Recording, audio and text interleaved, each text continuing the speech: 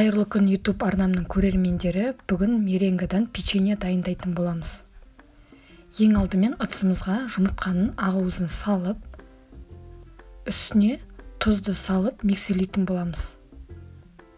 Ақуызымыз сондай аппақ болып көпіріп, көбіктенуі қажет. Сондай деңгейге жеткенше миксерлейтін боламыз. Меренганы дайындаудың өзінің шарттары бар. Міндетті түрде миксерімізде ыдысымызда құп-құрғақ болу қажет.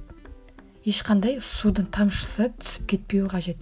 Және де ақуызымызға сарыуызымыз түспеуі керек.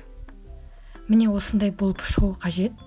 Көпіріп, мамықтай болып, содан соң қантты аз-аздан сала отырып, тағы да аппақ болып көпіртіп миксерлеп аламыз. Ыдысты төңкергенде түспейтіндей массаға жеткенше миксерлейміз.